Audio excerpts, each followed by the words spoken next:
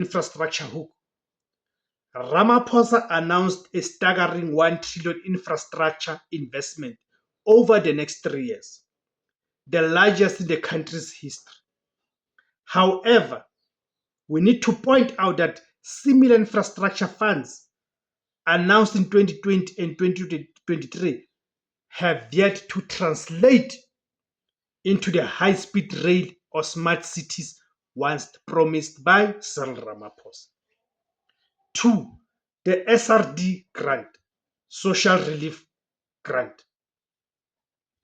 In a clear nod to the upcoming local government elections, the president promised to indefinitely extend and redesign the 370 SRD grant.